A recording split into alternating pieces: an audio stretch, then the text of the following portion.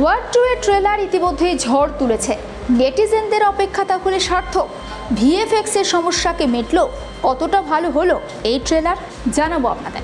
War 2 টিজারটি ইতিমধ্যেই প্রশংসার সাথে সমালোচিত হয়েছে নেটিজেনদের কাছে। ভিজুয়ালি গ্রাফিক্সগুলো খুব একটা ভালো লাগছিল না ঠিকই, তবে আজ মনে হচ্ছে সমস্ত অভিযোগ সব কিছুই ধূলিসাৎ হয়ে গিয়েছে। কারণ কি? কারণ ট্রেলারটি ভীষণভাবে প্রশংসা পাচ্ছে নেটিজেনদের কাছে। অন্ধ্র এবং তেলেঙ্গানাতে উৎসবের মেজাজ এই ট্রেলারকে ঘিরে, আর নর্থ ইন্ডিয়াতে সবাই তো মুখিয়ে এই ফিল্মের ট্রেলারের দিকে। এবং ঘড়ির কাঁটা 10টা 8 ছুতেই সবাই একেবারে ইউটিউব খুলে ট্রেলারটি দেখার জন্য যে উন্মাদনা প্রকাশ করেছে তা ছিল আকাশ ছোঁয়া। ট্রেলারটি শুরু হচ্ছে ঋত্বিক রোশনের ভয়েস ওভার দিয়ে, আর তারপর এনটিআরের ভয়েস ওভারটি শুরু হচ্ছে।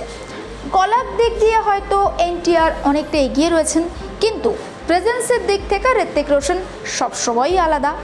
দুজনের মধ্যে হাতের লড়াই না দেখিয়ে কথা আর ডায়লগের লড়াই বেশি দেখা গিয়েছে, এবং আব্বাস ডারওয়ালার ডায়লগ অতি অসাধারণ।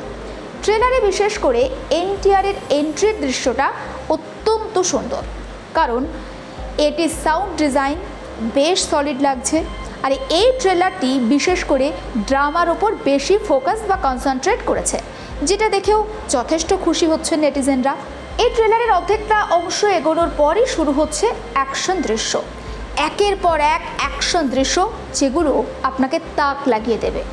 এই যেমন ধরুন বিশেষ করে প্লেনে ফাইটের দৃশ্য, ট্রেনের দৃশ্যটাও যথেষ্ট আকর্ষণীয়।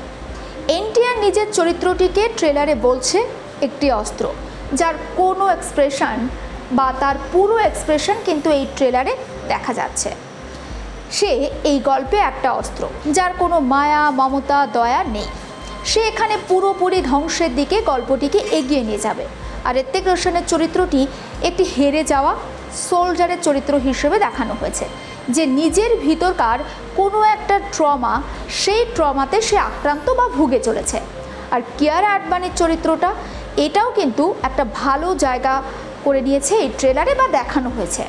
তার একটি চুম্বন দৃশ্য, বিকিনি শ্যুট ছাড়াও বেশ কিছু এলিমেন্টস যথেষ্ট ইন্টারেস্টিং। আর ঋত্বিকের সাথে একটা লড়াইয়ের দৃশ্যও রয়েছে কিয়ারা আডবাণীর, এবং 2-3টে বন্দুক চালনার দৃশ্যও রয়েছে। তাকে বেশ ভালো একটি চরিত্র দেওয়া হয়েছে, যেটা ট্রেলার দেখে বোঝা যাচ্ছে। তার অভিনয় দক্ষতা ঠিক কতটা এটিকে জাস্টিফাই করতে পারবে সেটা অবশ্য সময় বলবে।